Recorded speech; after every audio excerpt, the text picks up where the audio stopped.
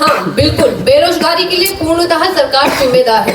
हमने सरकार को चुना ही क्यों था कि इसलिए कि हमारे जो पहाड़ी इलाके हैं वहाँ पर युवा बेरोजगार रहे, अपने जीवन यापन के लिए तक उसके पास कोई साधन ना बचे। एक तरफ सरकार रोजगार के लिए कहती है कि हम आपको रोजगार देंगे, तो युवा पीढ़ी के लिए कहाँ रोजगार है? पहाड़ी क्षेत्रों में तो केवल एकमात्र था फौज में जाना, वो भी सरकार ने अब 4 वर्षों के लिए कर दिया है।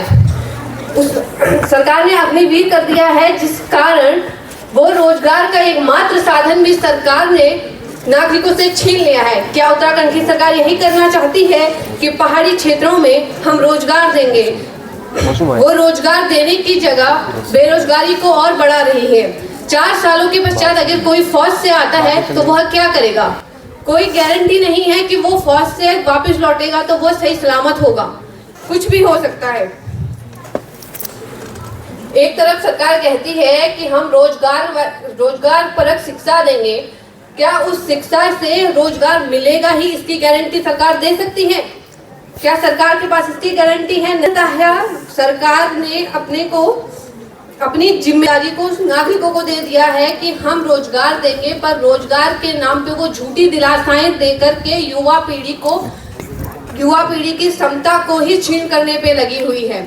आज युवा पढ़ रहा है पर उसे जॉब नहीं मिल रही है, वो तैयारी कर रहा है तो पटवारी का ही पेपर लीक हो जा रहा है। क्या यही सरकार का कहना है कि रोजगार देगी?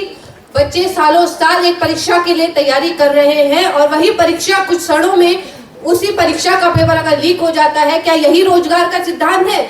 ये बेरोजगारी का तरफ सरकार पूर्णतः रूप से जिम्मेदार है, क्योंकि सरकार लापरवाह हो रही है। सरकार जिम्मेदारी लेना ही नहीं चाहती है।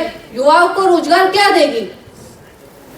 सरकार की इतनी त्रुटियां हैं, वह अपनी त्रुटियों को छुपाने के लिए हमें बहाने देती है।